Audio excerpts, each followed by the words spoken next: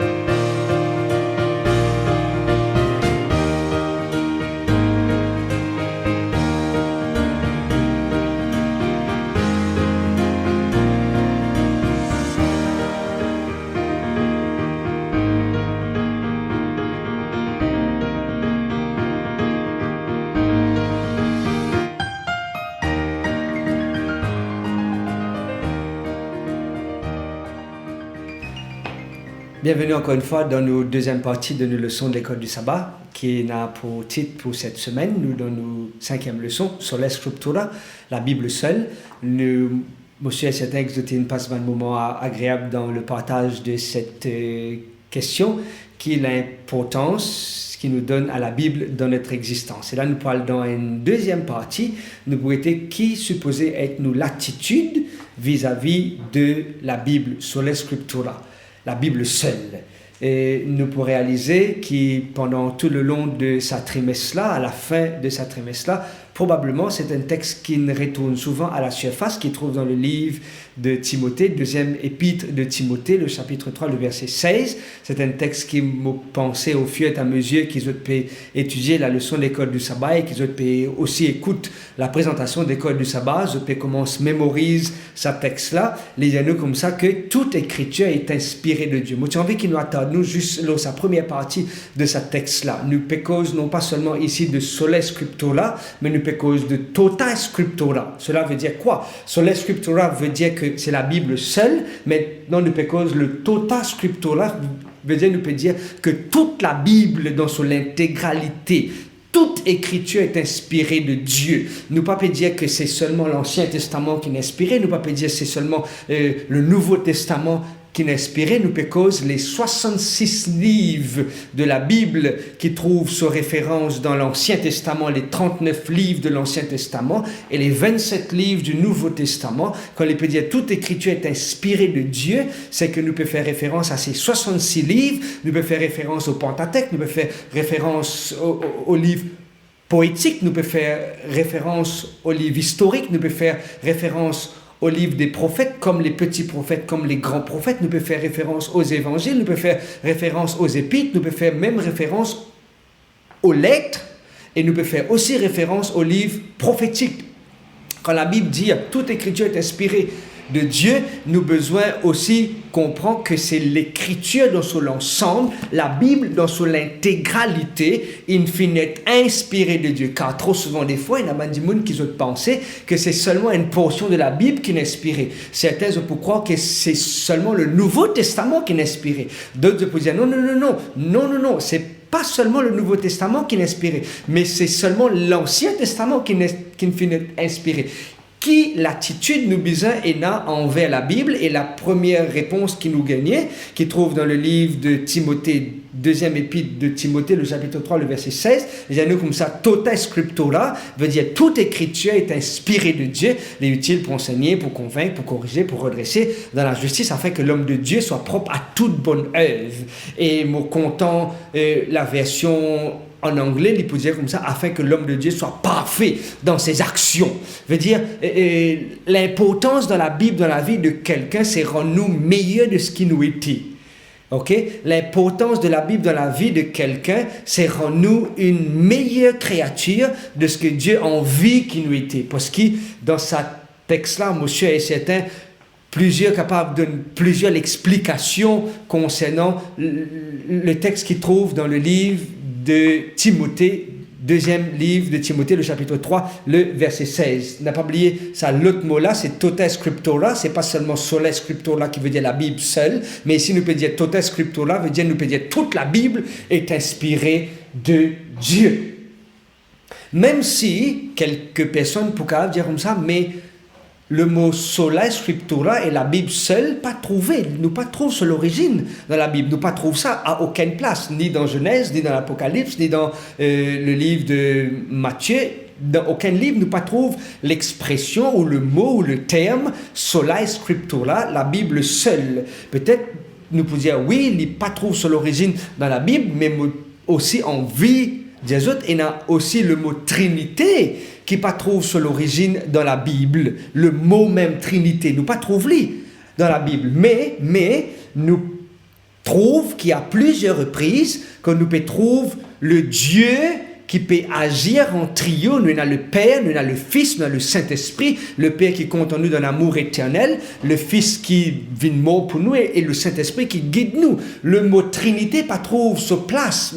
On peut dire, nous pas capables de lire noir ou blanc le mot Trinité dans la Bible. Et cela veut pas dire parce que le mot Trinité peut exister dans la Bible qui nous pas trouve Dieu en action, le Père, le Fils et le Saint-Esprit. Et c'est la même chose. Nous pas trouve le mot sola scriptura, la Bible seule qui ne finit d'être écrit noir sur blanc dans la parole de Dieu, dans les 66 livres de la Bible, mais cela veut pas dire, il pas mettre à côté l'idée de ce que nous trouve Dieu à l'œuvre, et surtout l'idée, le concept que la Bible explique lui-même et nous pena pour en déo la Bible. D'ailleurs, le texte qu'ils sont capables de lire et qui trouve dans le livre d'Ésaïe, le chapitre 28, le verset 10.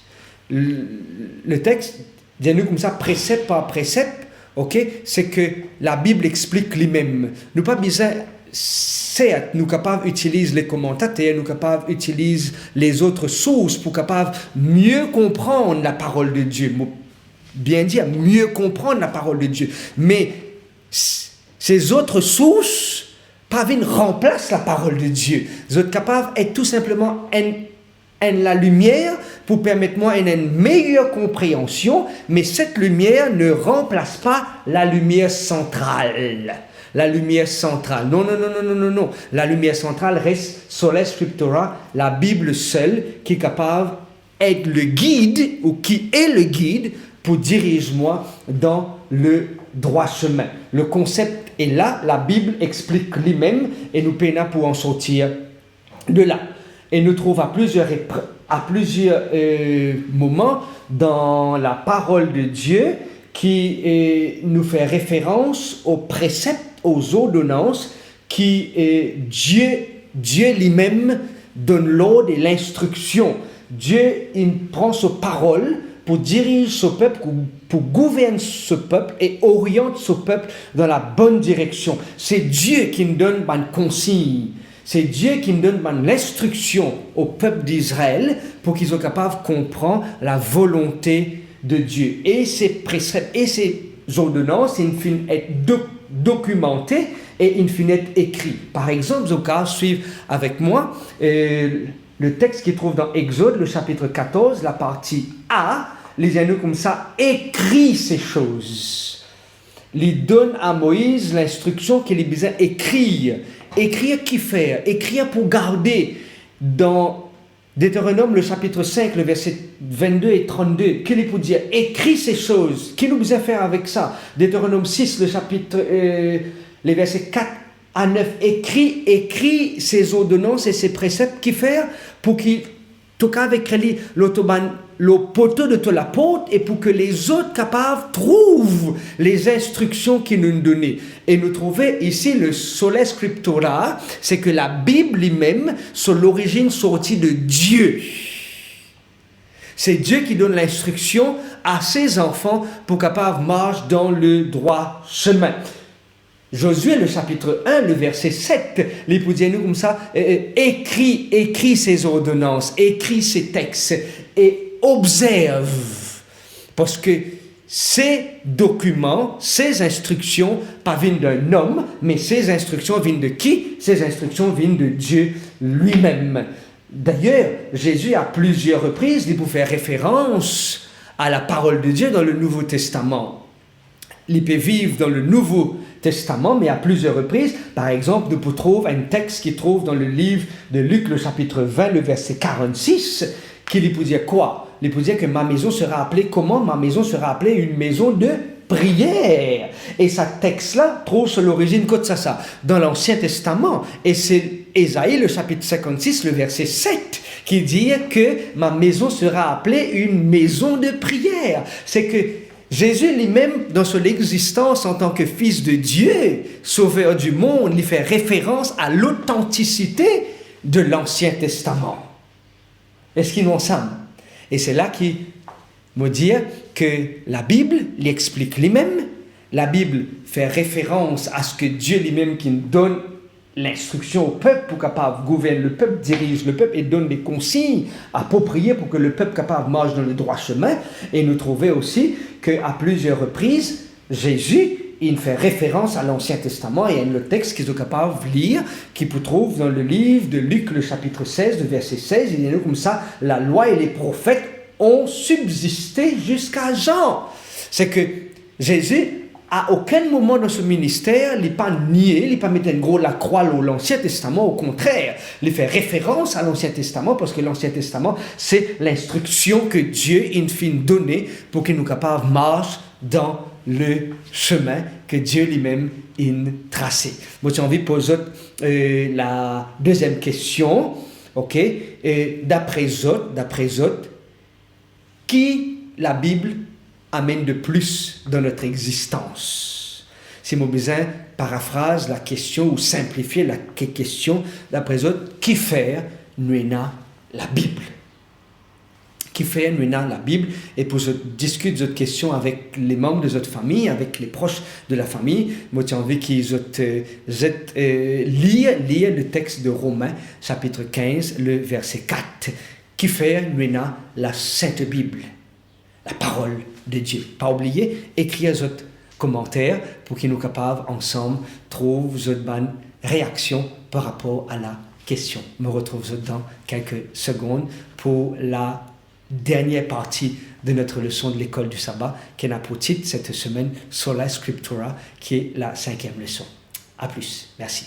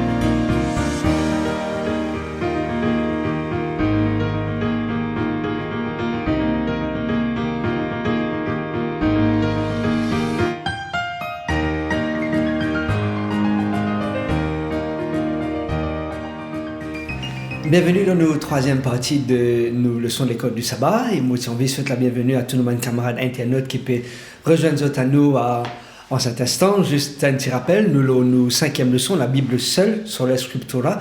Nous devons juste, avant qu'ils nous débattent sa question, quelle importance la Bible a dans la vie.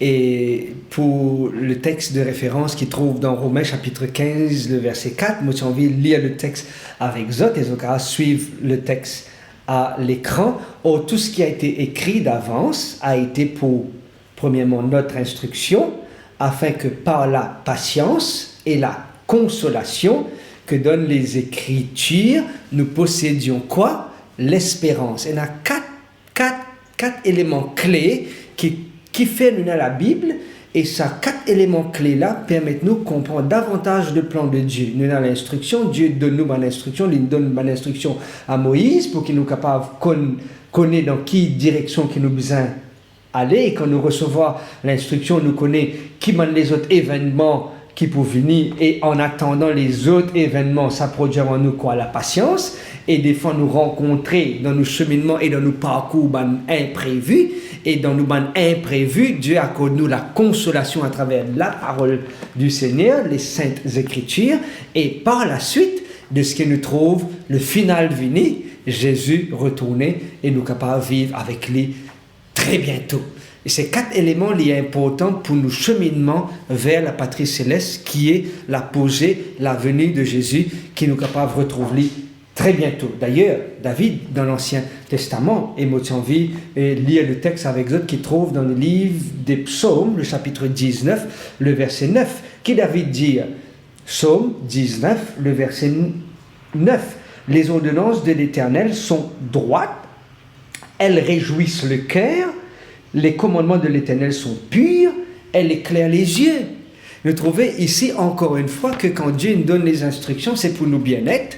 Quand nous fait référence à l'Ancien Testament, c'est pour qu'il nous connaisse dans quelle direction qui nous peut aller. Et effectivement, à plusieurs reprises, nous trouvons Bandimoun, quand je peux lire dans le livre des Actes des Apôtres, le chapitre 1, le verset 16, quand nous pouvons trouver que David en avance, poussé par le Saint-Esprit, qui annonce quelque chose de la part de Dieu quand Jésus pourrait être trahi. Au cas suivre le texte dans Actes, le chapitre 1, le verset 16, et en parallèle, le psaume 41, le verset 10. Veut dire, nous trouvons qu'il y a une synchronisation entre effectivement ce que les auteurs de la Bible disent et ce que Dieu inspire effectivement pour dire il fait une synchronisation, personne ne peut travailler dans ce petit coin. Non, c'était un seul esprit.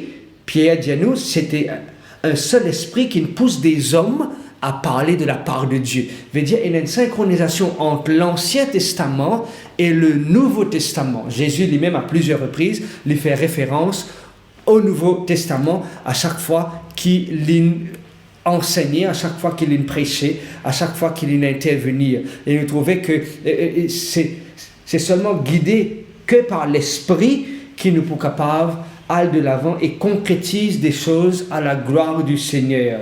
D'ailleurs, l'apôtre Paul, dans 1 Corinthiens, le chapitre 2, le verset 13, et ce verset-là est important. Le texte dit à nous, il nous parle non avec des discours qu'enseigne la sagesse humaine, mais avec ce qu'enseigne l'Esprit.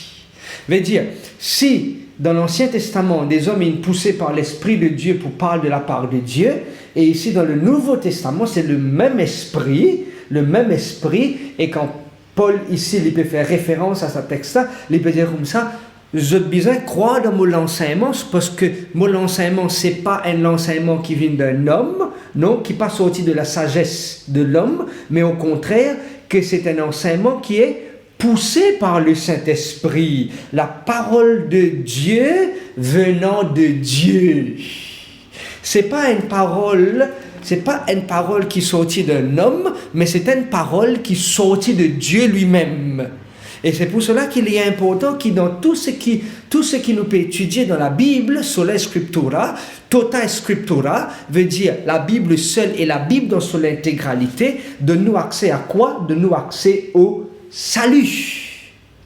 Et les clair, parce qu'à chaque fois qu'ils sont en contact avec cette parole, nous trouvons un changement, une transformation opérée dans la vie. Dans le livre de Thessaloniciens, le chapitre 2, le verset 13, il peut aussi faire référence que ces enseignements que nous recevons de Dieu, c'est pas une parole des hommes, ça non, mais c'est toujours poussé par un seul esprit qui nous recevons l'instruction. Sans doute. C'est témoin du Nouveau Testament. Je clair dans votre parole. Votre parole, c'est une parole digne de confiance. Je précis dans votre message.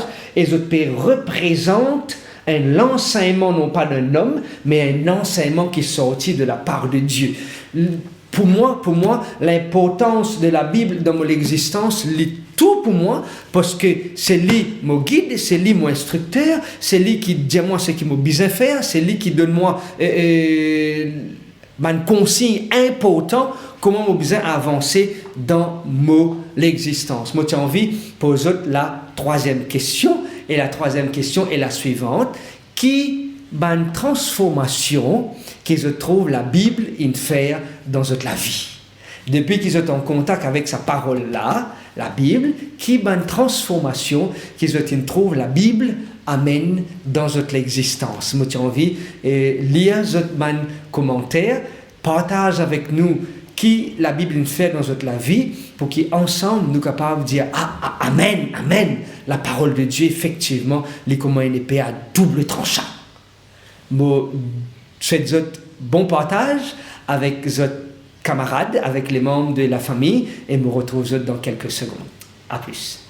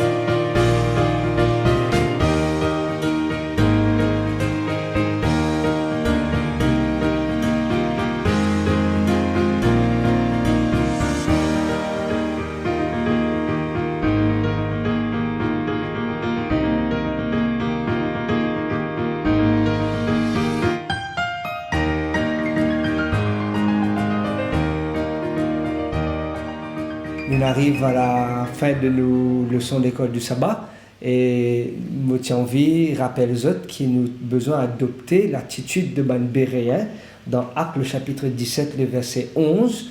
Tout ce qu'ils ont entendu, qu'ils ont fait, ils ont à la case, ils ont reprendre la Bible, ils ont relié, ils ont analysé, que tout ce qu'ils ont dit, tout ce qui ban prédicateur dit, tout ce qui ban du monde enseigné, ils ont vérifier si ce qu'ils ont dit est exact. Et vous pensez aussi, par la grâce du Seigneur, nous avons besoin de cette attitude-là vis-à-vis de la parole de Dieu.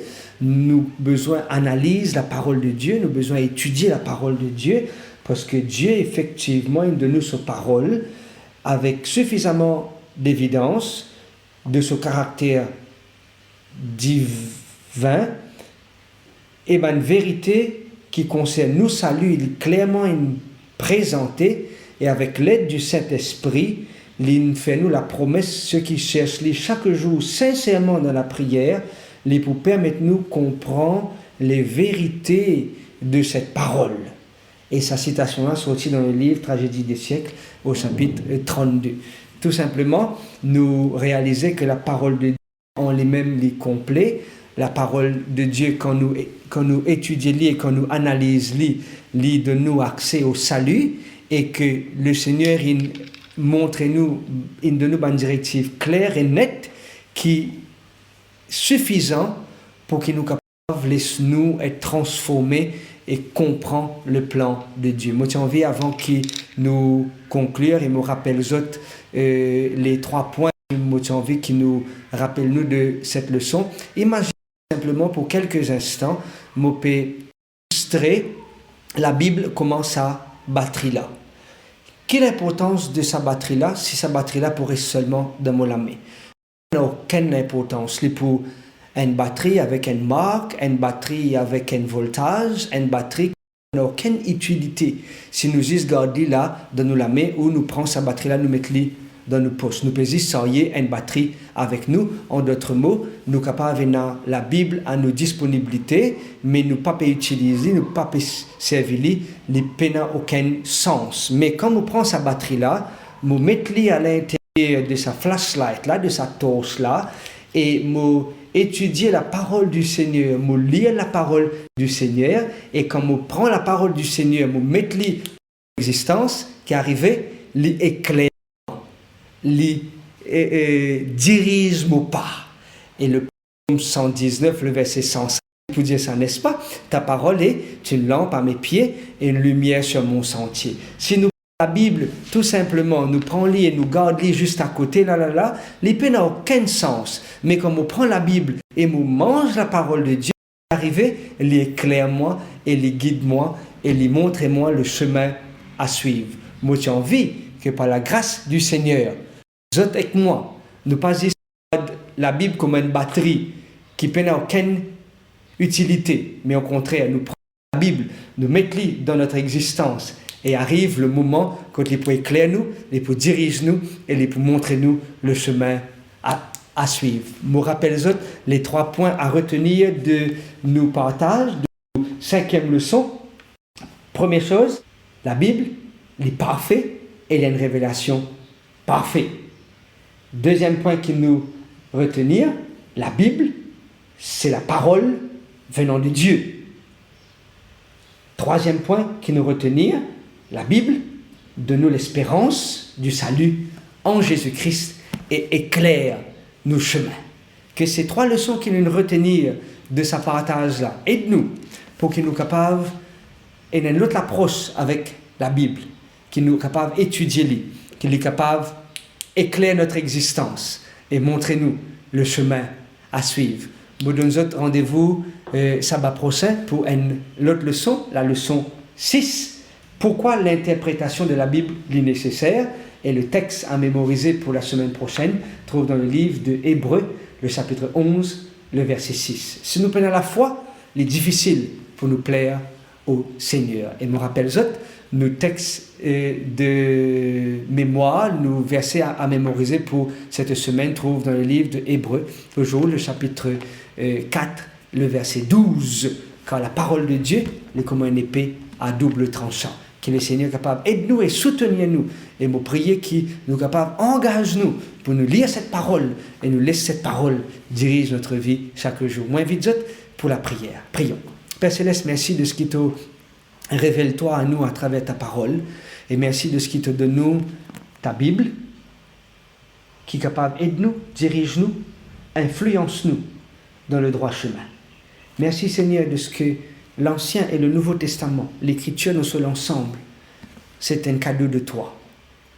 Et permet que toute l'Écriture qui nous lit, est capable de permettre nous un accès au salut, accès à Jésus. Merci de ce que tu bénis nous et tu bénis les petits comme les grands, car c'est dans le nom et dans les mérites de Jésus qui nous peut prier toi Père. Amen.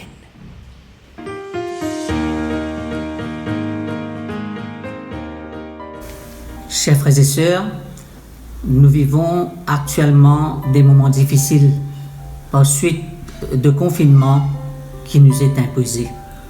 Nous sommes conscients que les contraintes imprévues ont entraîné des pertes d'emploi parmi nos bien-aimés.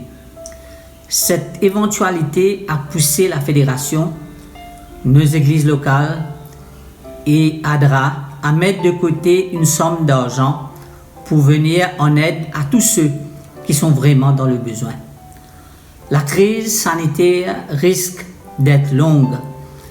Je vous prie de ne pas vous décourager. J'aimerais partager avec vous cette promesse qui se trouve dans le psaume 37, le verset 25.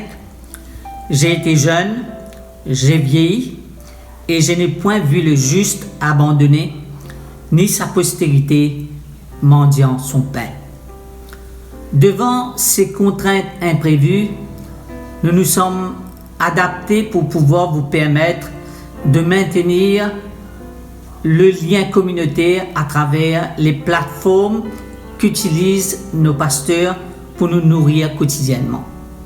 C'est une expérience inédite et extraordinaire pour nous tous. Avec les événements qui se passent, nous savons que le retour de Jésus est très proche.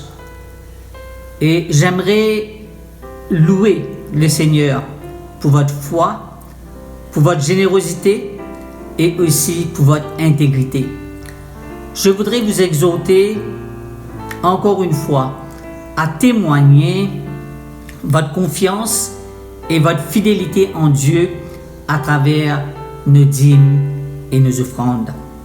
Depuis le début du confinement, une lettre a été circulée parmi nos collègues pasteurs et nos trésoriers pour expliquer aux membres la marche à suivre.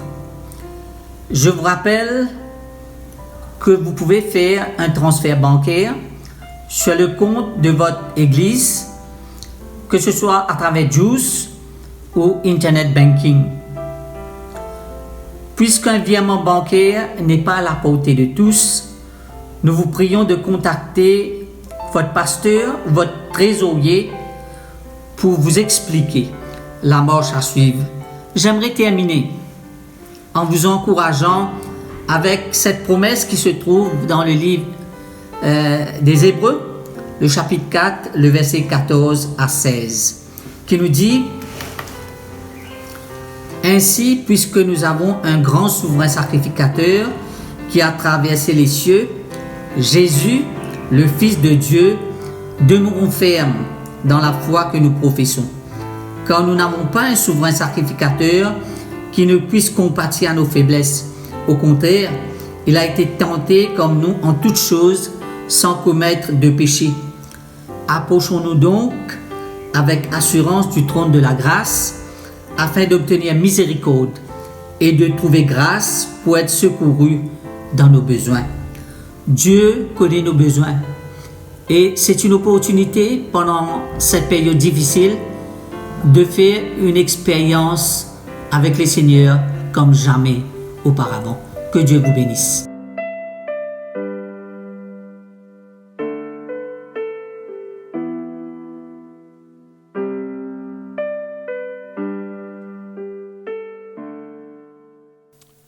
Chers frères et sœurs, bonjour et bon sabbat. Encore une fois, nous retrouvons pour le moment de louange et d'adoration. Nous commençons à habituer maintenant à cette pratique, mais cela fait plaisir de savoir que tout peut participer quand nous faisons le moment de louange et d'adoration. Quand nous parcourons le livre des psaumes, nous trouvons comment David dit louer l'Éternel à travers sa musique. Et ce matin, le psaume 145, c'est ce psaume qui conduit nous dans ce moment de louange et d'adoration. Et ce psaume 145 commence par un moment d'exaltation. Quand David peut dire, je t'exalterai, ô mon Dieu, mon roi, et je bénirai ton nom à toujours et à perpétuité. Chaque jour, je te bénirai et je célébrerai ton nom à toujours et à perpétuité. L'Éternel est grand et digne de louange, et sa grandeur est insondable. Que chaque génération célèbre tes œuvres et publie tes hauts faits. Je dirai la splendeur glorieuse de ta majesté. Je chanterai tes merveilles. Moi, vous êtes maintenant pour qu'il nous chante le chant « Reçois ».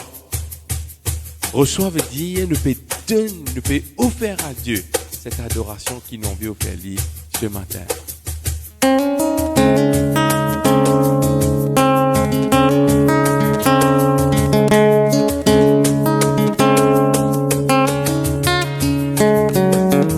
Reçois ce parfum de reconnaissance qui s'élève vers ton trône.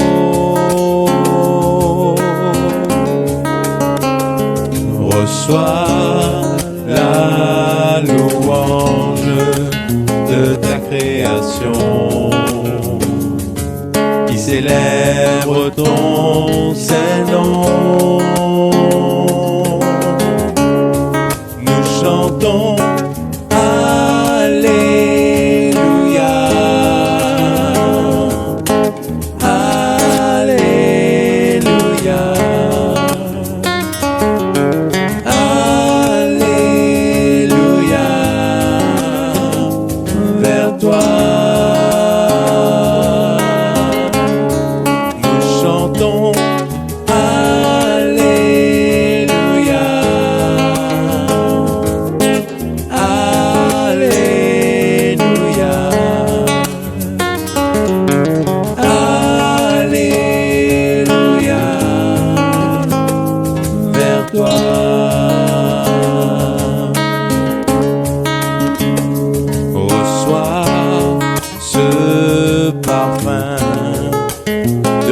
reconnaissance qui s'élève vers ton trône.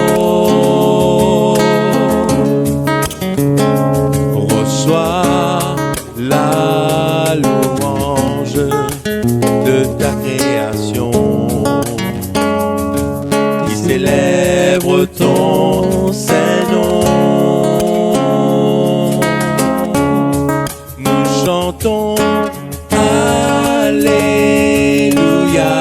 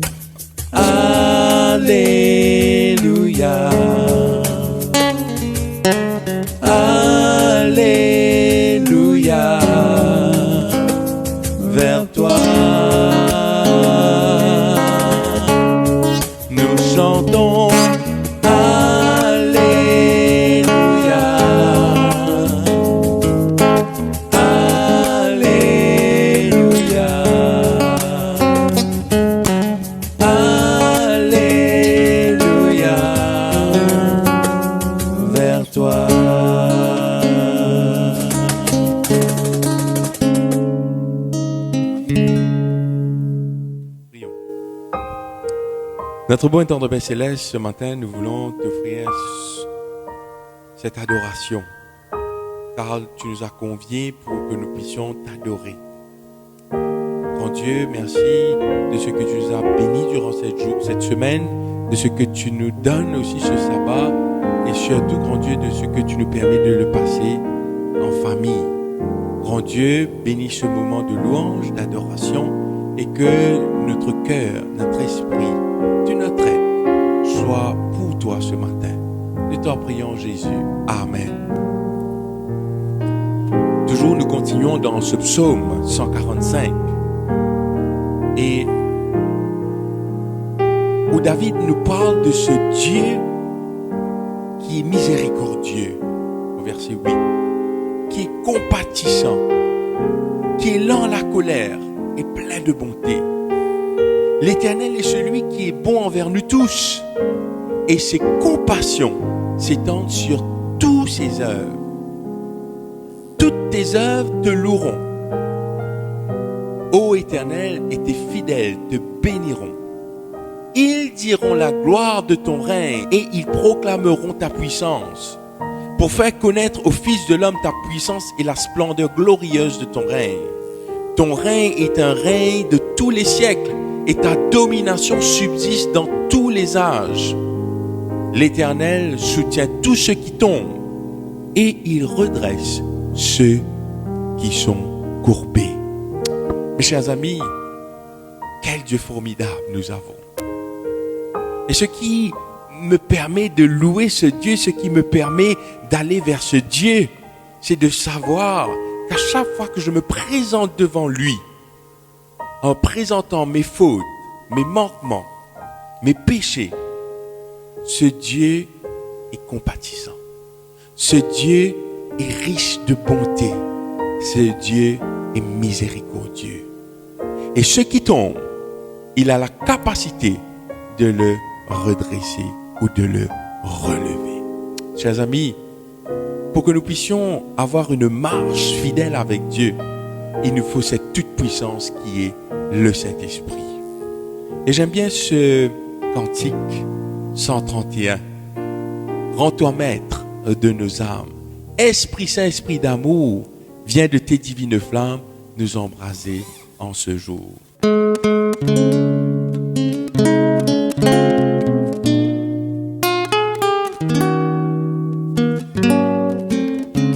Nous allons prendre ce chant comme une prière. Rends-toi maître de nos âmes, Esprit Saint, Esprit d'amour, viens de tes divines flammes nous embraser en ce jour. Oh, viens, Esprit de Dieu, fais-nous sentir ta présence, revêt-nous de ta puissance et baptise-nous de feu.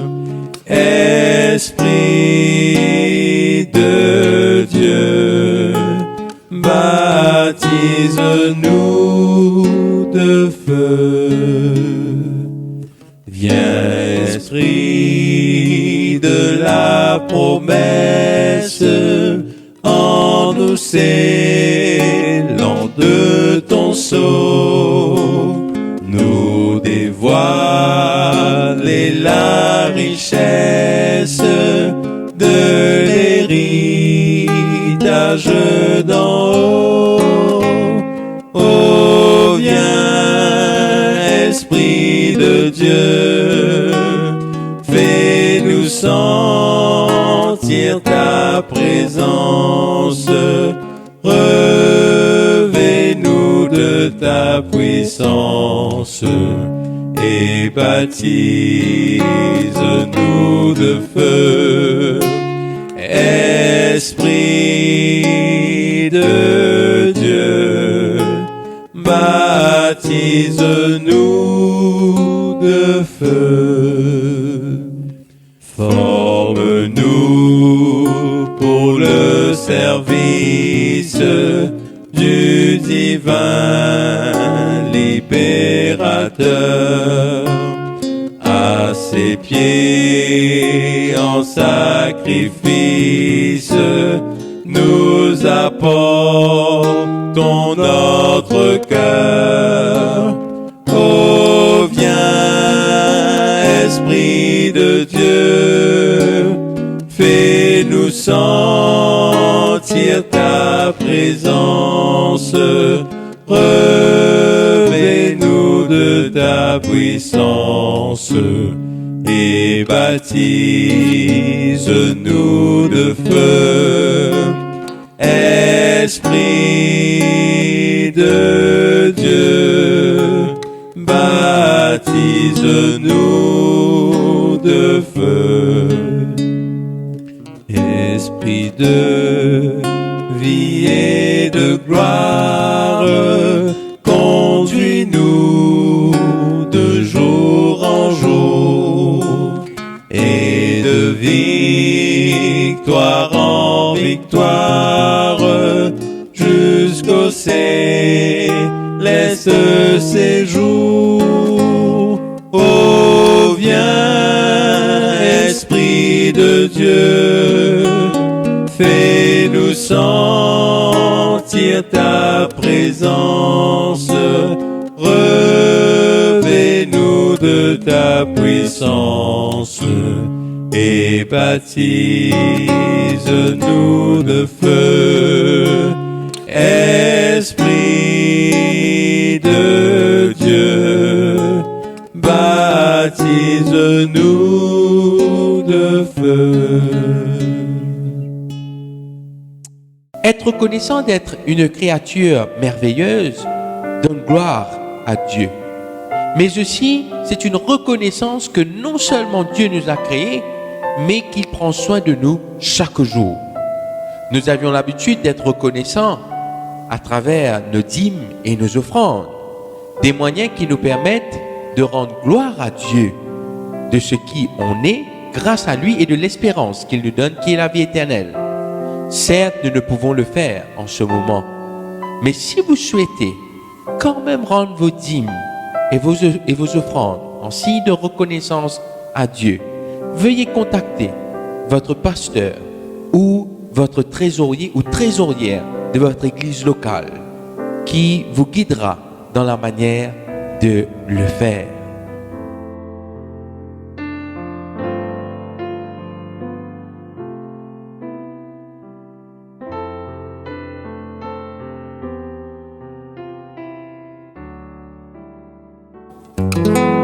En guise de prière, nous chanterons le chant « Je lève mes mains ». Je lève mes mains, j'élève ma voix, je mets ma vie devant toi comme une offrande. Seigneur, sers-toi de moi, de mes deux mains. Prends toute ma vie, je te l'offre comme une offrande. Tout ce que j'ai, ce que je suis, ce que je voudrais être, je te le donne, je te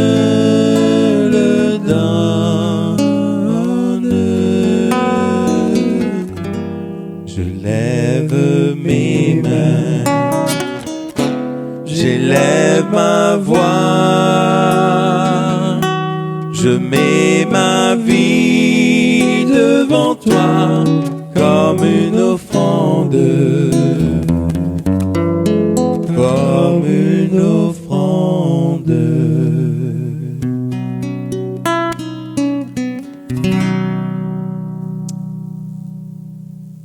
Ce psaume 145 termine par toujours une note d'adoration.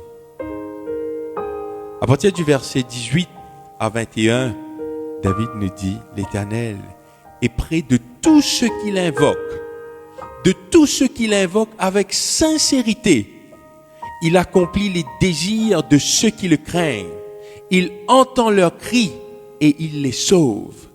L'Éternel garde tous ceux qu'il aime et il détruit tous les méchants. Que ma bouche publie la louange de l'Éternel et que toute chair bénisse son saint nom, à toujours et à perpétuité. Notre Dieu, notre Père,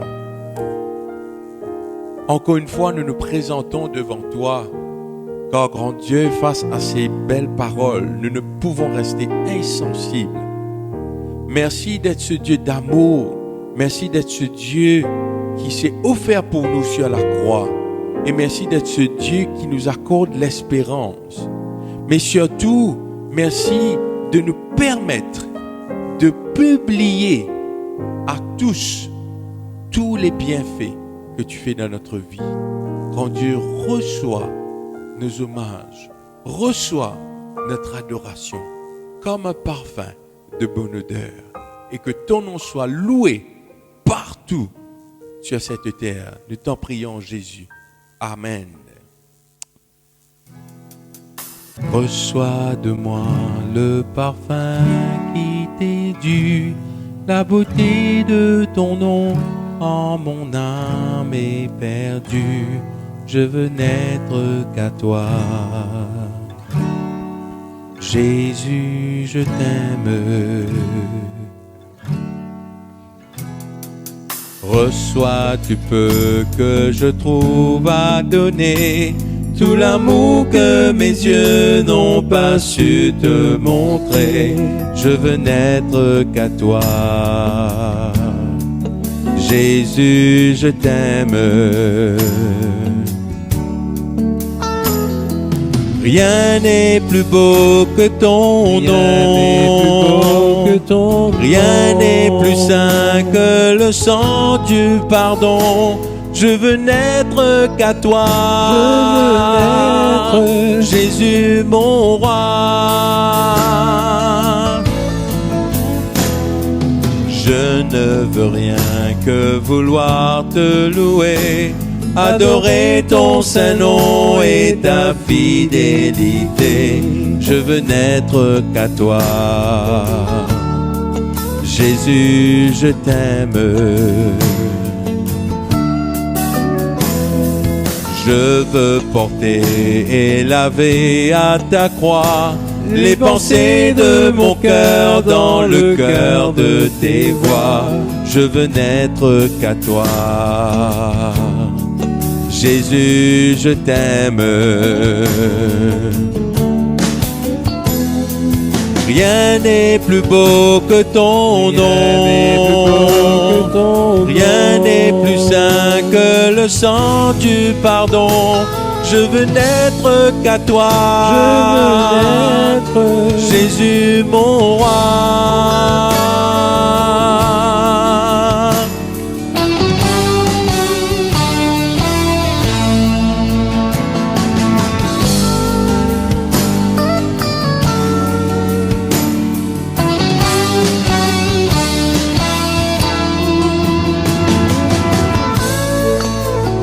Il est bon de célébrer l'Éternel. Il est bon de louer son nom. Il est beau de salmodier son nom. Car à travers son nom, beaucoup ceux ont reçu la guérison, la transformation. Que nous puissions vivre une vie en harmonie avec Dieu. Que nous puissions marcher dans ses voies. Et que dans toutes nos actions, nos pensées, nos paroles, Dieu puisse recevoir l'adoration que nous devons lui accorder. Que Dieu soit avec nous. Amen. Rien n'est plus beau que ton nom. Rien n'est plus saint que le sang de pardon. Je veux n'être qu'à toi. Je veux n'être qu'à toi. Je veux n'être qu'à toi. Jésus, mon roi. Que le nom de Dieu soit loué, soit glorifié. Nous remercions pour votre participation dans ce moment de louange, tout en nous recueillant pour la prière d'intercession et le message du jour.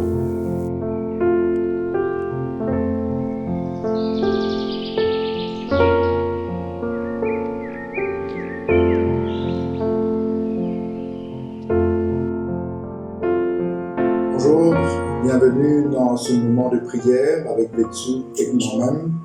Et donc, avant que nous prions, à nous imaginer un petit peu ce que bon Dieu fait faire pour nous. Quand nous guettons autour de nous, quand nous guettons la grandeur de Dieu, la nature, la création, manifester la puissance et la grandeur de Dieu. Et Jérémie 10, le verset 6 pour dire à nous, il n'y a personne qui est semblable à Dieu. Et Dieu est grand et ce nom est grand et puissant. Et justement, quand Jérémie peut dire qu'il n'y a personne qui est semblable à Dieu, pas seulement sur cette terre, mais dans l'univers tout entier, dans l'étendue de l'espace, nous ne trouvons personne qui est capable de dire qu'il est semblable à Dieu. Dieu est grand, Dieu est puissant, Dieu est tout puissant, et il fait manifester cette puissance dans la vie. C'est pour ça aussi, et c'est aussi parce qu'il fait compte en nous, il fait de nous ce amour, qu'il fait de nous l'occasion aujourd'hui pour gagner l'espace de prière, l'espace de communication entre nous et lui là. Et justement, moi, je suis reconnaissant envers Dieu parce qu'il fait de moi cet espace pour me capable de communiquer avec lui.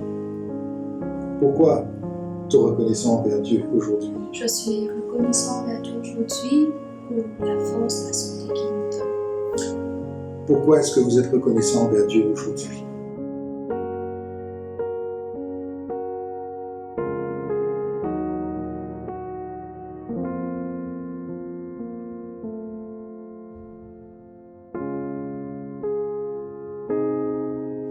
Alors, notre premier sujet, c'est la réconciliation. Nous passons par des moments durs et peut-être nous avons perdu confiance en Dieu, nous doutons de Dieu. Peut-être que nous sommes détournés de Dieu. Mais la parole de Dieu nous dit que si nous confessons nos péchés, il est libre, fidèle et juste pour nous pardonner. Alors, faisons notre premier pas vers Dieu pour nous réconcilier envers lui. Et ayons foi qu'il fera le reste. Je vous invite à prier personnellement. Prions.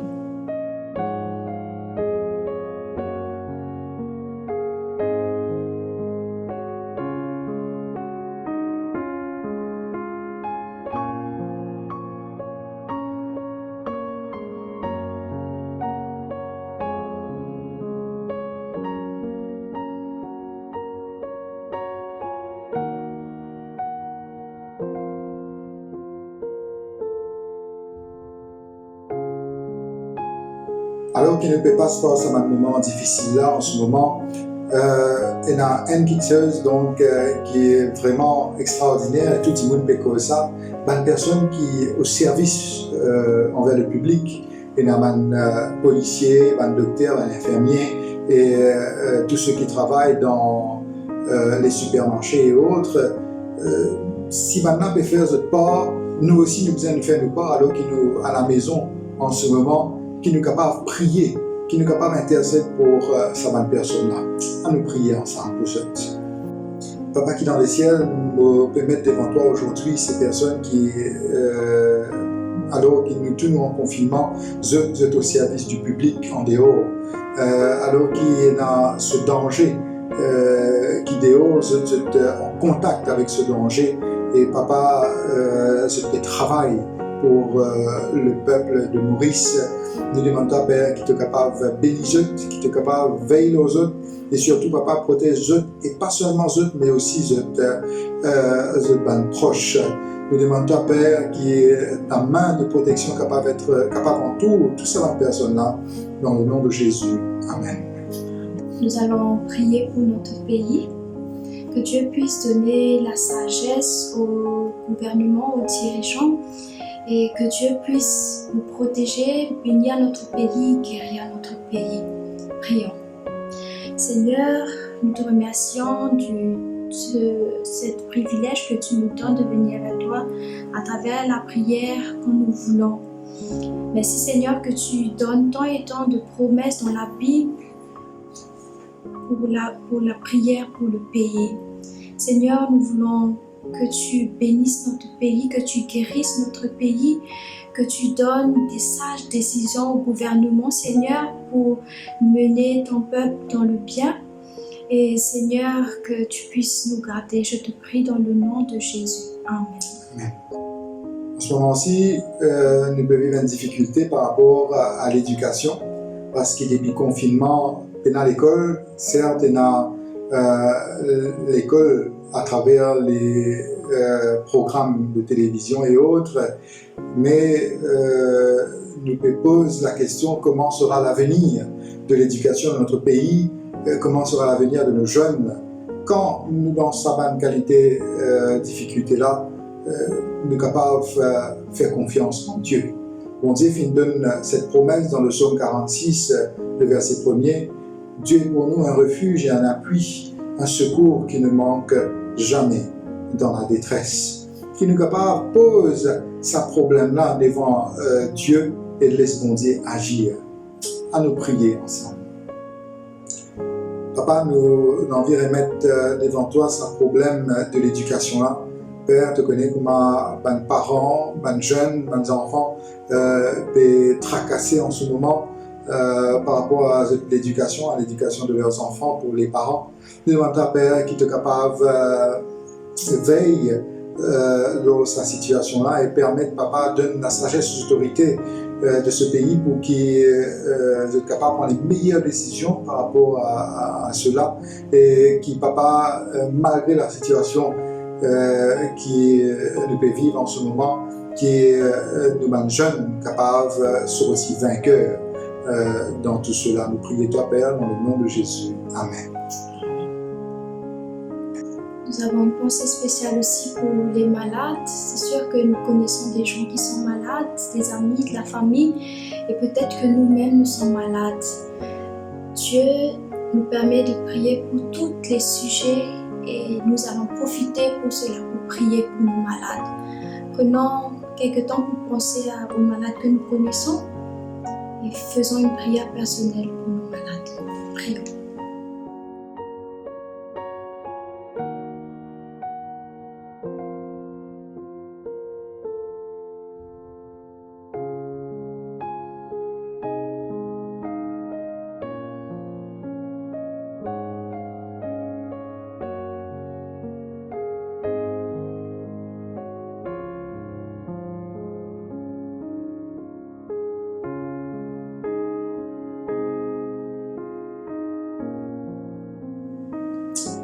C'était le moment de prière et nous demandons, alors que nous tous ensemble, nous sommes capables de continuer de prier, continuer d'intercéder, pas seulement pour ces sujets qui nous viennent énumérer aujourd'hui, mais pour tous les autres sujets qu'il nous connaît. Que bon Dieu est capable de bénir nous et que bon Dieu est capable de donner la victoire dans toutes choses. Dans le nom de Jésus. Amen.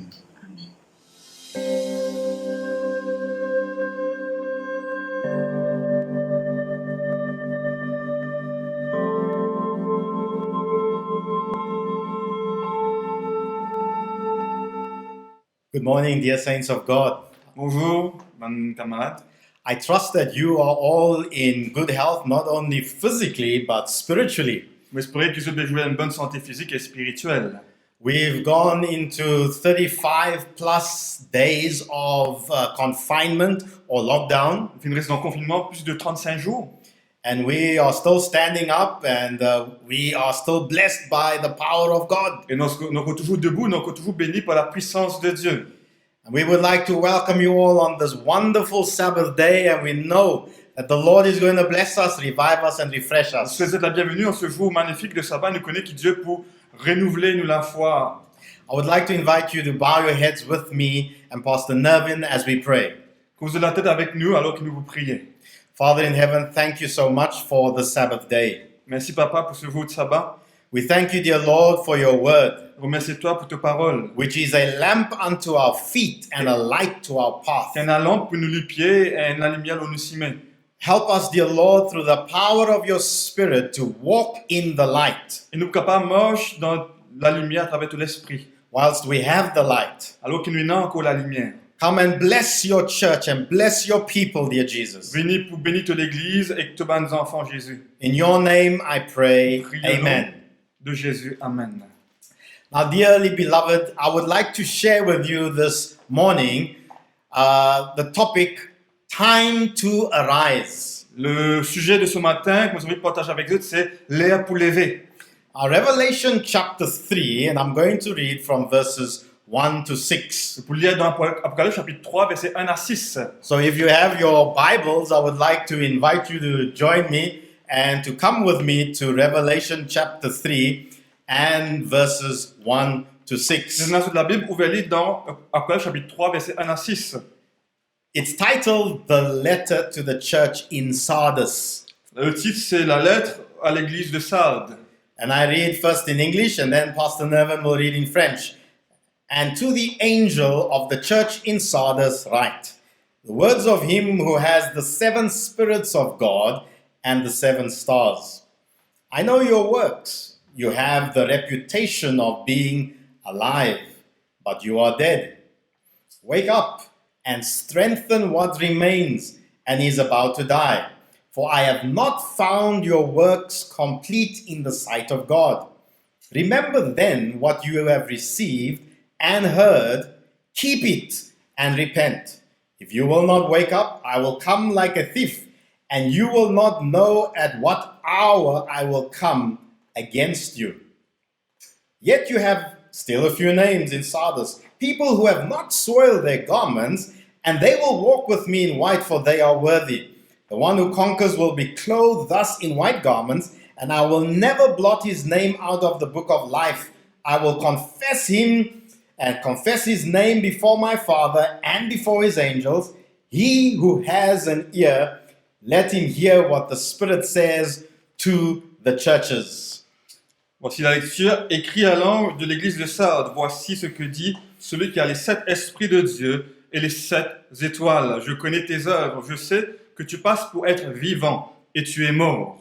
Sois vigilant et affermis le reste qui est près de mourir, car je n'ai pas trouvé tes œuvres parfaites devant mon Dieu. Rappelle-toi donc que tu as reçu et entendu et garde et repens-toi. Si tu ne veilles pas, je viendrai comme un voleur, et tu ne sauras pas à quelle heure je viendrai sur toi. Cependant, tu as à Sardes quelques hommes qui n'ont pas souillé leurs vêtements. Ils marcheront avec moi en vêtements blancs, parce qu'ils en sont dignes. Celui qui vaincra sera revêtu ainsi de vêtements blancs. Je n'effacerai point son nom du livre de vie, et je confesserai son nom devant mon Père et devant ses anges. Que celui qui a des oreilles entende ce que l'Esprit dit aux églises. And so, dear beloved, I would like to just start off by making a few observations. J'ai envie de commencer pour faire une observation. When we read the letters to the 7 churches in the book of Revelation, Quand nous lisons les lettres aux 7 églises dans l'Apocalypse, we find that the focus is Jesus Christ walking amongst the 7 lampstands. vous trouvez que le point de concentration, c'est sur Jésus-Christ qui marche au milieu des chandeliers. He is the resurrected Christ. C'est le Christ ressuscité. And we see him walking amongst his churches, tending and caring for them, Et nous trouvons lui qui marche au milieu de ces églises, qui peut prendre soin de ces églises. leading and feeding them, Il peut guider eux et il peut aussi nourrir eux. guiding them, chiding them, and inspiring them. Il peut amener eux et il peut aussi inspirer eux. Now, we also know that the 7 churches, in one sense, also tend to fit very well with the 7 eras, prophetic eras within the Christian dispensation. On connaît aussi que les 7 églises ont aussi une bonne illustration pour les 7 ères, 7 époques de l'histoire de l'église. Now, that's not going to be our primary focus for this morning, Ce ne sera pas le point de concentration pour ce matin, because we want to look at this particular passage more from a pastoral perspective. parce qu'on a envie de guider ce passage-là d'une façon pastorale. And so the focus at the time of the 16th and 17th century within the church was that of dry, lifeless formalism. À cette époque-là, au 15e et 17e siècle, ce qui tient dans l'Église, c'était un sens de formalisme. So this particular message, I believe, applies to God's church, but applies to every single one of us, pastors and members as well. Et ce message applique à l'église, à chacun d'entre nous, à un membre d'église et aussi au pasteur. But I'd like to start off with the very last verse that we read, that's verse 6, which says, "He who has an ear, let him hear." Le verset 6 dit à nous que celui qui a des oreilles, qu'il est capable d'écouter.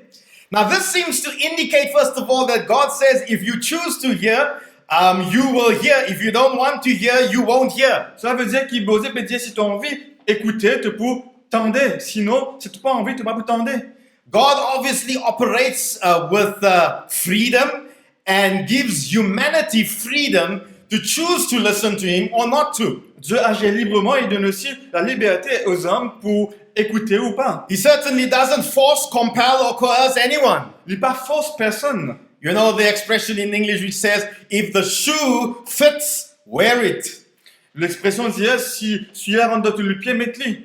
Now, the Bible talks a lot about ears, and I'm just going to refer to one other text that I believe is relevant for us at this point as well. That's 2 Timothy chapter 4, 3 and 4. Un autre passage que nous trouvons fait mention des oreilles dans la Bible, c'est dans 2 Timothée chapitre 4, versets 3 et 4. And it says, "For the time will come when they will not endure sound doctrine, but according to their own desires, because they have," listened to it now, it says, "itching ears, they will heap up for themselves teachers, and they will turn their ears away from the truth and will be turned aside to fables." Dis-nous ceci, quand il viendra un temps où les hommes ne supporteront pas la sainte doctrine, mais ayant la démangeaison d'entendre des choses agréables, ils se donneront une foule de docteurs selon leurs propres désirs, détourneront l'oreille de la vérité et se tourneront vers les fables. You know, brother and sister, we live in a time today where truth is not always palatable to every person. Nous vivons à l'époque aujourd'hui que la vérité n'est pas agréable à chaque personne. Truth is not always popular to everyone. La vérité n'est pas populaire pour tout le monde. And many people today no longer have the appetite for the substance and the truth of God's word. Et beaucoup de personnes aujourd'hui peinent l'appétit pour la substance et la vérité de la parole de Dieu. And that's why you have the tendency to pick and choose those portions of scripture which you like, which does not stamp on your toes. C'est ça même que nous avons tendance pour choisir une partie des Écritures qui nous content, qui pas condamne nous. So the first point I want to make about the church in Sardis is that the church in Sardis tended to depend or look back or to bask in the glory of its past reputation. L'église de Sardes, si content, fait grand noir sur sa réputation passée. It focused on its past glory. It must have had much accomplishments. Il content mettre beaucoup de concentration sur ce qu'il finit de faire dans le passé, beaucoup d'événements réussis. So much so that it lost sight of the current reality. Tellement tu peux faire cela qu'il perdit de vue la réalité actuelle. It was facing decline in prestige in the Roman world at that time. This is Sardis. À cette époque-là, dans le monde romain, l'IP en effet dégringolé dans son prestige. And according to W.M. Ramsey, he contrasts their past splendor with their present decay. Un auteur qui s'appelle Ramsey, il contrastait cette splendeur passée avec cette décadence actuelle. So as we elaborate on past splendor and present decay, it is possible that the church has become a relic of the past, like a museum.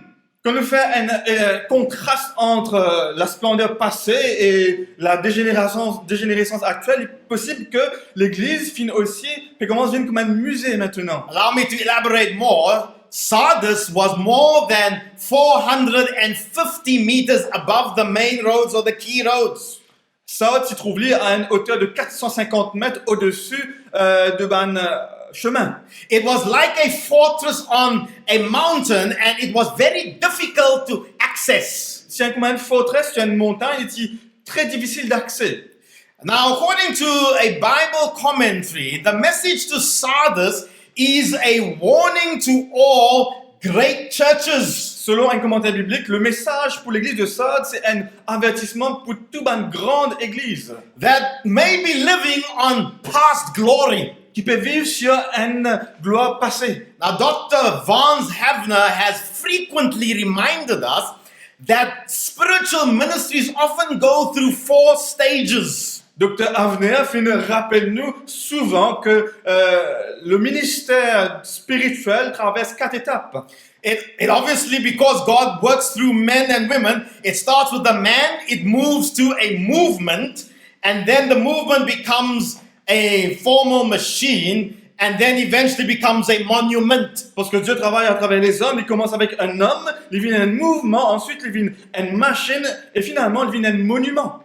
You know, we used to be known as a movement of people who have the word of God at heart and are standing on God's truth and proclaiming it vigorously and enthusiastically. Nous sommes connus comme une église qui tient c'est un mouvement qui tient la parole de Dieu au cœur, qui tient partagée avec beaucoup d'enthousiasme.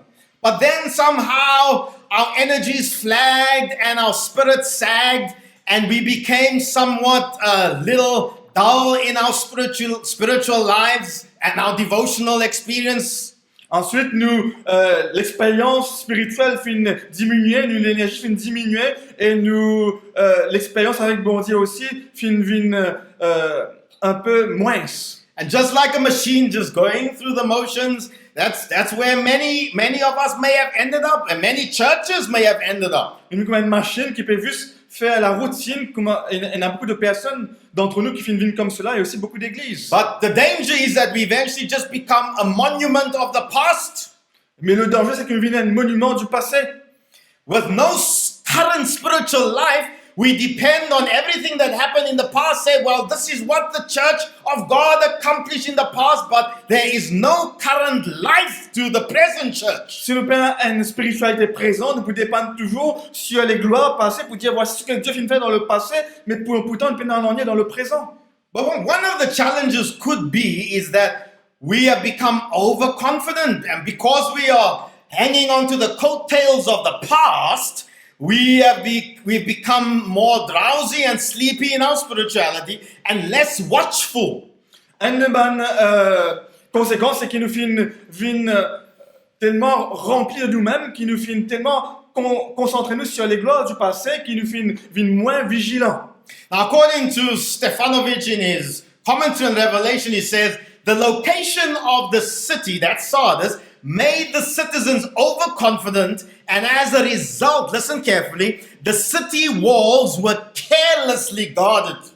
Un écrivain Stefanovic peut dire que la ville s'y trouve sur une place que habitants sont tellement remplis de confiance qu'ils ont en résultat à cela, ils ont perdu leur vigilance, les temps ils veillent sur les murs de la ville. So the city was actually captured twice by surprise. You would think once bitten, twice shy. First it was captured by Cyrus the Persian and later by Antiochus. Et cette ville-là finit d'être capturée à deux reprises par surprise. Une fois c'était par Cyrus le Perse et une deuxième fois c'était par Antiochus. Now on both these occasions the enemy troops had climbed the precipice by night and found that the Sardians, remember they were overconfident, had set no guard. There were no guards watching, no security. Aux deux occasions, l'ennemi grimpe les précipices la nuit et trouve les gardes à Sardes qui étaient dormis, ils sont là. So the city was captured and destroyed because of overconfidence of the citizens and failure of the guards to watch. La ville finit capturée, finit détruite à cause de personnes qui sont remplies de confiance en eux-mêmes et qui ne pas fin de penser les temps pour veiller. Could this be our dilemma as well? Could we also be overconfident and because of this become complacent in our spiritual lives, and our level of watchfulness may have dropped as a result? Est-ce que cela capable aussi arrive-nous, qui nous remplit de confiance en nous-mêmes et qui finalement nous n'est plus vigilant dans la vie spirituelle? Now there, I know, and you know that there are sleeping churches today. Vous et moi connaissons qu'il y a une église qui peut dormir aujourd'hui. You don't have to drive very far to find them. Nous n'avons pas besoin d'aller bien loin pour trouver cela. Now there are some things that God is willing to do, and there are some things that God is not willing to do. Il y a certaines choses que Dieu est prêt pour faire, il y a d'autres choses que Dieu n'est pas pour faire. You know, of course, 2 Peter chapter 3, you know that one well. God is not willing that any should perish. De Pierre chapitre 3 dit-nous que Dieu n'a pas envie que des personnes meurent. And I believe that sets the principle for much of Scripture. God's intention is to save people, to give them life. C'est le principe des Écritures. L'intention de Dieu, c'est pour sauver les gens, pour nous donner la vie. And the same with God's church. God is not willing to stand by idly and to let the church fall asleep. La même chose pour l'Église. Dieu n'a pas envie d'ébouter comme cela et laisse l'Église endormie. God is not going to stand by and let his church die. Dieu va pas déboute et laisse l'Église morte. God is not willing that any in his church should perish, but that all come to repentance. Dieu n'a pas envie que des personnes dans son Église meurent, mais que tout arrive à la repentance. Well, hold on, Pastor. Did you say repentance? Un pasteur, est-ce qu'il nous dit repentance? I thought it's the lost outside that need to repent. Mais tu crois que c'est ben perdu dehors qui a besoin de repentance? Why should the church repent? Pourquoi est-ce que l'Église a besoin de repentir? After all, isn't the church saved? Est-ce que l'Église n'est pas finie d'être sauvée? Isn't repentance only for those who intentionally reject Jesus? Est-ce que la repentance, c'est pas pour ceux qui intentionnellement rejettent Jésus? Well, friends, yes, Jesus is speaking to the church today, and he says to the church, repent, turn. Oui, Jésus fait cause avec l'Église aujourd'hui, il dit à l'Église, repentis-toi, retournez. Of course, in the letter to Sardis, it is also indicated that there are a small group, a remnant, a minority. Dans la lettre à l'Église de Sardes, il y a aussi une indication qu'il y a un reste, une minorité, who have not defiled their garments, qui n'a pas fait une salie de linge, but they are not making strides in their spiritual growth as they are about to die. Mais ils ont réussi à faire des pas dans la vie spirituelle et ils sont prêts pour mort. Because of the negative influence of apathy, indifference in the church of Sardis. À cause de l'influence négative de l'apathie, de l'indifférence dans l'église de Sardes. Well, let's maybe go to an Old Testament example of where there was spiritual death. Nous considérons l'exemple de l'Ancien Testament contenant la mort spirituelle. Ezekiel chapter 37. You've been there before. Tu viens de trouver ce texte-là, Ézéchiel chapitre 37. And if you come back with me, I would like us just to read just a couple of verses to refresh our memory. Il y a quelques versets pour rafraîchir nos mémoires. So that's Ezekiel chapter 37, verses 4 to 6. Ézéchiel chapitre 37, versets 4 à 6. I read to you, it says, Then he said to me, prophesy over these bones and say to them, O dry bones, hear the word of the Lord. Thus says the Lord God to these bones, Behold, I will cause breath to enter you. You shall live. I will lay sinews upon you and will cause flesh to come upon you and cover you with skin and put breath in you, and you shall live. And you shall know that I am the Lord. Il dit ceci, il me dit, prophétise sur ces eaux et dis-leur, ossements desséchés, écoutez la parole de l'Éternel. Ainsi parle le Seigneur l'Éternel à ces eaux. Voici, je vais faire entrer en vous un esprit, et vous vivrez. Je vous donnerai des nerfs, je ferai croître sur vous de la chair. Je vous couvrirai de peau, je mettrai en vous un esprit, et vous vivrez. Et vous saurez que je suis l'Éternel. Now, of course, these two passages are not necessarily parallel, but there are some commonalities. Il est vrai que ça deux passages-là parallèles, mais il y a des choses qui sont similaires. Now, number one, there is the specter of death in both Ezekiel 37 and the church of Sardis in Revelation chapter 3. Première chose qui est similaire, il y a le spectre de la mort dans Ézéchiel chapitre 37 et dans Apocalypse chapitre 3. Also, we see there the prominence in Ezekiel 37 of the Holy Spirit. Nous trouvons aussi la présence de l'Esprit Saint. And we see the prominence of the seven spirits because that's how the fullness of the Spirit, Holy Spirit, is described in the letter to Sardis. Et dans la lettre de Sardes, nous trouvons aussi la présence de l'Esprit Saint décrit par les 7 esprits qui représentent la perfection. And in both cases, I believe also, like in Ezekiel 37, the inability of dead bones to give life to themselves.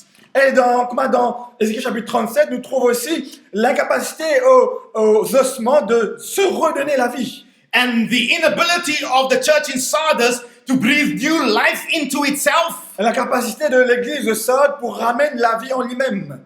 And so, likewise, dear friends of the church today, God is calling the church and describing the corporate condition of the church. Like the Valley of Bones was the nation of Israel. The church of Sardis was the entire church. Aujourd'hui encore, Dieu peut décrire toute l'église, pareil comme la vallée des ossements, tu décris Israël et l'église de Sardes décrit l'église aujourd'hui.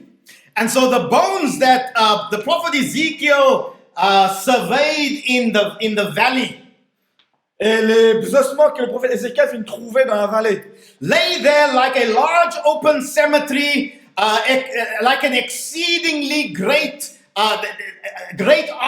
In other words, let me put that to you again.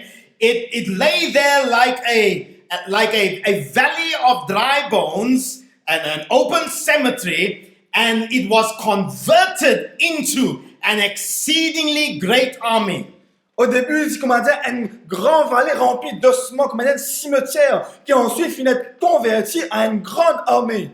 And so what it's suggesting here is that whether it's in the Old or in the New Testament, God's purpose, God's plan is that the church would not fall asleep. God is not willing that his church will die or that his people will die a spiritual death.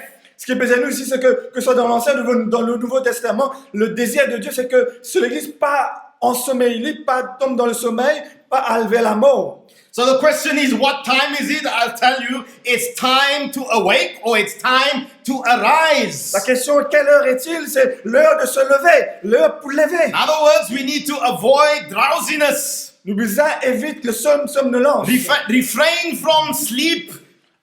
Éviter pour dormir. I'm not talking about physical sleep. You'll need that to get strength for yourself. Moi, bien aussi du sommeil physique, nous besoin cela pour capable gagner la force. But I'm talking about spiritual sleep, which will render you vulnerable. Mais ici, cause de sommeil spirituel qui pour faire nous vulnérables. In the Bible, spiritual sleep is equivalent or like spiritual death. Dans la Bible, le sommeil spirituel, il paraît comme la mort spirituelle. Just like Ephesians 5:14 says, "Awake, O sleeper, and arise from the dead, and Christ will shine upon you." Moi, Ephésiens chapitre 5, verset 14, dit à nous, lève-toi, toi qui dors, et mets-toi debout d'entre les morts, le Christ pour briller sur toi. What possibly could Christ be saying to his church today? Qu'est-ce que Jésus peut dire à son église aujourd'hui? Could it be that God is speaking to the church and saying, it's time to arise, it's time to awake from the condition or the state of drowsiness or sleepiness? C'est pour dire que bon Dieu peut dire, on arrive là pour lever, pour nous sortir d'une condition de somnolence. Pastor, but what kind of drowsiness, what kind of sleepiness are we talking about here? De quel genre de somnolence on peut causer ici, pasteur? Well, number one, we can't talk about every aspect, but number one, and this is a big one, is missional sleepiness. Premier aspect très important, c'est la somnolence en termes de mission. The church has become sleepy in its mission.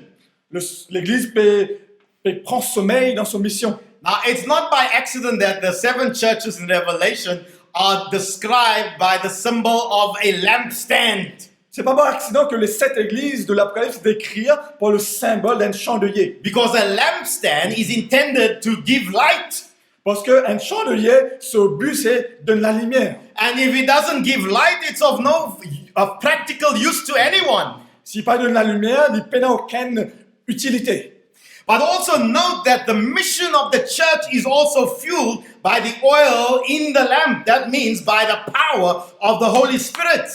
Mais la mission de l'Église est aussi être entretenue à travers de l'huile qui donne la lampe. Ça veut dire par la puissance de l'Esprit Saint. And so what that means, he says, that when the Spirit of God is grieved, the church loses spiritual life and spiritual power. Cela veut dire que quand on offense l'Esprit de Dieu, l'Église perdit sa spiritualité et sa puissance dans la mission. Here was the challenge of Sardis. The unsaved in Sardis saw the church as a respectable group of people. They weren't bad people. A respectable group of people who were neither dangerous nor desirable.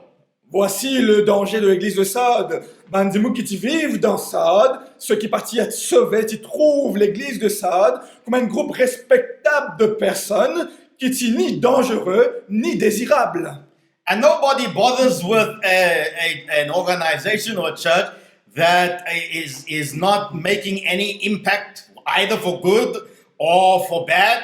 Of course, not literally bad. Personne ne gagnera une organisation qui ne peut faire aucun impact, soit pour le bien, soit pour le mal. The world has got to know that the church of God is alive and well. These people exist and they are influencing society. They're making a positive, powerful contribution. Le monde besoin connaître que l'Église est en vie, elle est bien et qu'il peut faire un impact dans la société. They are bringing hope to people's lives. Ils amènent de l'espoir aux vies. They have a message of love and warning to the world that Jesus is coming soon. C'est un message d'avertissement et d'amour pour le monde que Jésus peut revenir. Well, perhaps one of the reasons is that the church has become a very traditional or formalistic or ceremonial. Peut-être une des raisons c'est que l'Église devient trop formalisme, cérémoniel.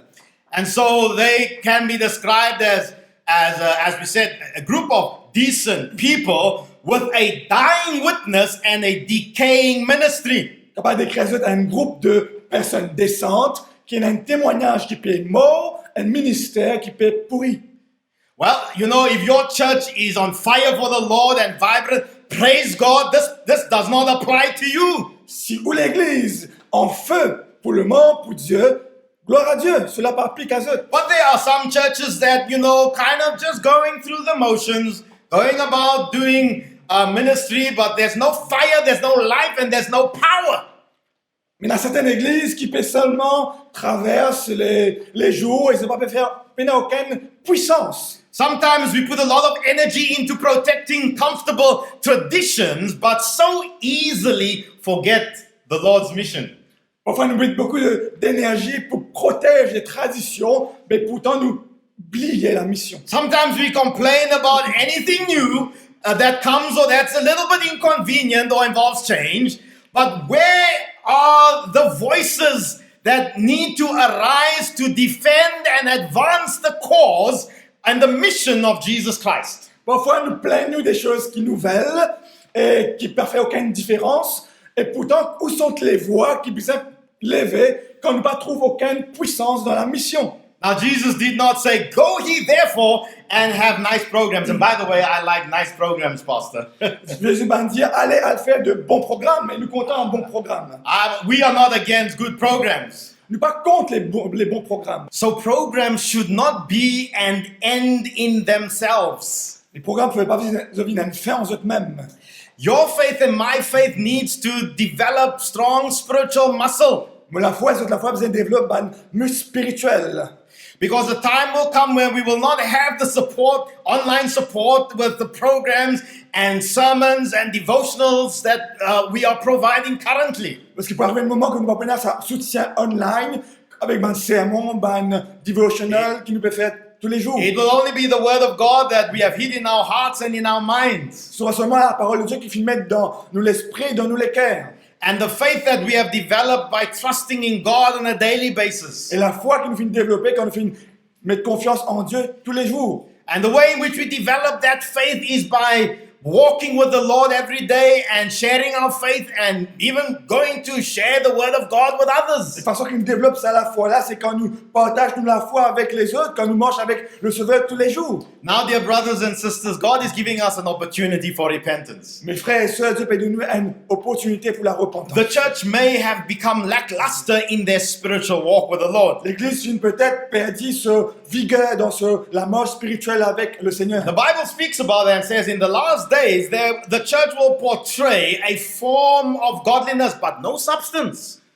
La Bible dit à nous que dans les derniers temps, l'Église pour démontrer une forme de piété, mais pas pour aucune substance. Always learning and listening to sermons all day, but the life does not change. Et puis écoute des sermons toute une journée, mais la vie n'a pas changé.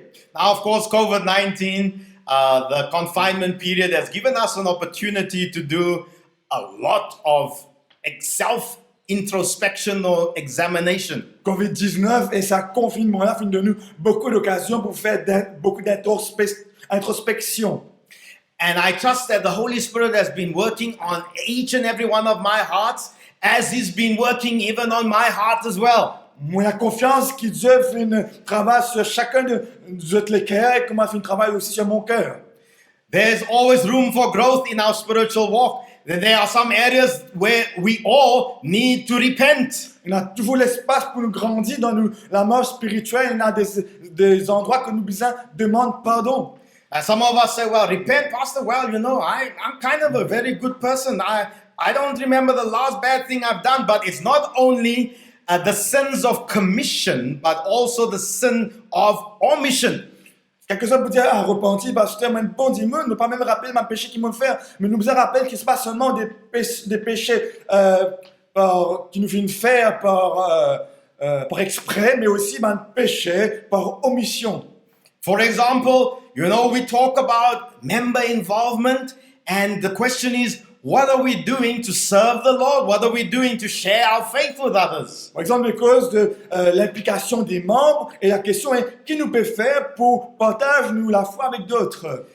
We've had a foretaste now of what is ultimately going to become, of what is ultimately going to come, and this is but just a foretaste. Ce que nous pouvons vivre maintenant, c'est seulement un avant-goût de ce qui va arriver après. What will happen when the church buildings are out of the picture completely? Qui va arriver quand pas prenant aucun bâtiment d'église? What will be the backbone of your spiritual walk? Qui pour la colonne vertébrale de la marche spirituelle? Or is our spiritual life still very dependent on crutches or spiritual wheelchairs? We need to be pushed around. We cannot stand on our own 2 feet for the Lord. Est-ce que la vie spirituelle toujours dépend des béquilles ou des fauteuils roulants et nous ne sommes pas capables de marcher tout seul, nous dépendons toujours sur d'autres? I know that church is very difficult. Change is very difficult for God's church. Vous connaissez que le changement est très difficile pour l'Église de Dieu. But change is a part of life. When you grow, you change. Mais le changement, fait partie de la vie. Quand nous grandissons, nous changeons. If you don't grow, you remain static. And what you saw 30 years ago is what you will see today. You won't change, you won't grow. Si nous pas grandis, nous restons en place. Ce que nous venons de trouver 30 ans de cela, nous pourrons rester pareil, nous ne pas changer, nous ne pas grandir. Sometimes God permits a crisis for us to reconsider alternative approaches and to create within us a willingness to see what He wants to do in us. Parfois, bon Dieu permet une crise pour qu'il nous capable de chercher une solution alternative et pour nous capable de trouver ce que bon Dieu a envie de faire en nous. But God is wanting us today to be willing to follow where His Spirit is leading us as we hear the voice of the Spirit. Dieu a envie qu'il nous capable et a le désir pour aller dans la direction que l'Esprit peut dire nous aller. Not just to hear the voice of the Spirit, but to follow the Holy Spirit. Pas seulement entendre la voix de l'Esprit, mais aussi suivre l'Esprit. Because agreement is nothing if it does not move you.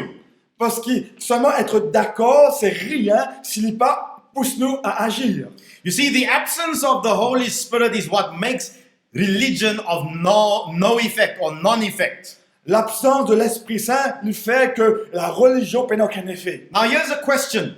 How do we know that the Spirit of God is absent within the life of the church? La question est comment est-ce qu'il nous connaît que l'Esprit de Dieu est absent de la vie de l'Église? Well, the Bible gives us some clues. Well, we refer to Galatians 5, for example. Par exemple, la Bible donne nous des indications dans Galates chapitre 5. You can see the Spirit of God operating when you see the fruits of the Spirit. Nous trouve l'Esprit de Dieu peut travailler quand on trouve le fruit de l'Esprit. You know the fruit, the love, joy, peace, patience, kindness, goodness, faithfulness, gentleness, self-control. Tu connais le fruit, la joie, l'amour, la paix, la patience, la bonté, la fidélité, la bénignité et la tempérance.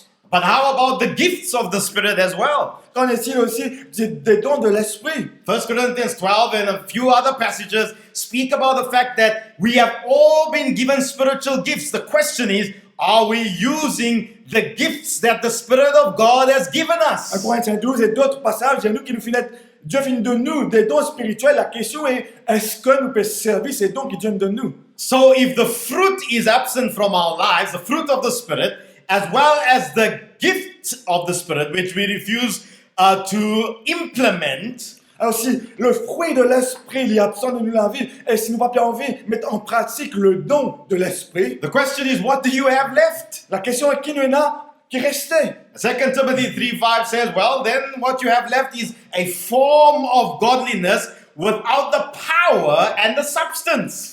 De Timothée 3:5 dit-nous que ce qui nous restait, c'est une forme de piété sans la puissance et sans la substance. So what is missing therefore is that we have not been baptized by the Spirit in Pentecostal power. Ce qui manquait, c'est que nous n'avons pas fini de recevoir le baptême de l'Esprit de la façon de la Pentecôte. Which produces bold witnesses for Christ and His church. Qui produit un témoin qui a beaucoup de vigueur pour le Christ et pour son Église. And so, my dear brother and sister, mon frère, ma sœur, are you happy with the current state of things? Est-ce que tu es content avec la façon que les choses peuvent passer? I don't think so. On va penser. Who is going to be happy with a valley of dead men's bones? I don't know anyone who will be happy with that state of affairs. Qui sera plus content avec une vallée qui est remplie d'ossements? Ou pas qu'une personne qui est plus content avec cet état des choses. But the question is, will you cooperate with the Holy Spirit? La question est, est-ce que je peux coopérer avec l'Esprit Saint? Who wants to breathe new life into you and into me and God's church as a whole? Qui a envie d'insuffler une nouvelle vie en vous et en moi et dans l'Église. The question is, what time is it? La question est, qu'il est là? Dear friends, it's time to arise. Mes amis, il arrive l'heure pour nous lever. For us to be vigilant and watchful. Qui nous remplit de vigilance. We need to have our wits about us and to be wide awake. Nous besoin bien éveillés. This is what the times call for today. Les temps que nous pouvons vivre appellent à cet état-là. God is calling for disciples to arise. Bon Dieu appelle mes disciples pour lever.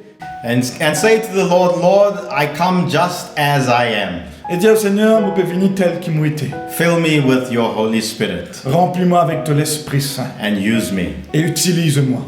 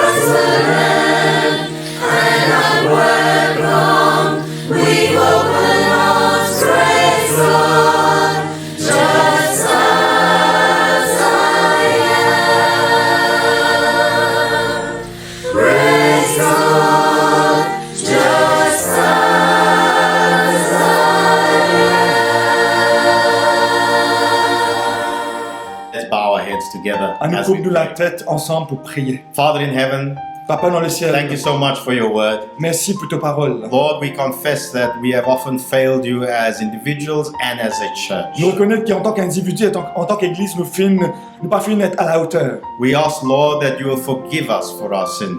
Nous prions, toi, pardonne-nous nos péchés. Forgive us for our indifference and our apathy. Pardonne-nous pour l'indifférence et nos sens d'apathie.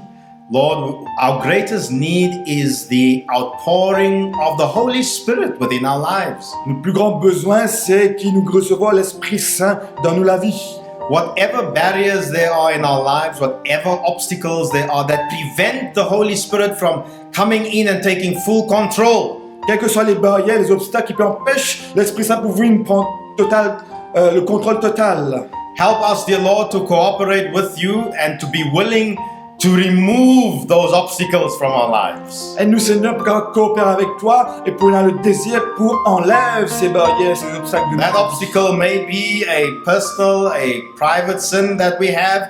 Forgive us, dear Lord, and help us to turn from those sins. Cet obstacle capable un péché mignon qui nous peut chérir. Pardonne-nous, Seigneur, et nous pour capable abandonner cela. But help us also, Lord, to engage with you in your mission Mais nous, Seigneur, aussi pour capable engager-nous avec toi dans la mission through the power of your Spirit. à travers la puissance de ton We esprit. pray this not because we are worthy, but in the name of Jesus Christ, our Lord and Savior. Amen. Priez cela à cause de Jésus-Christ, notre Sauveur et Maître. Amen.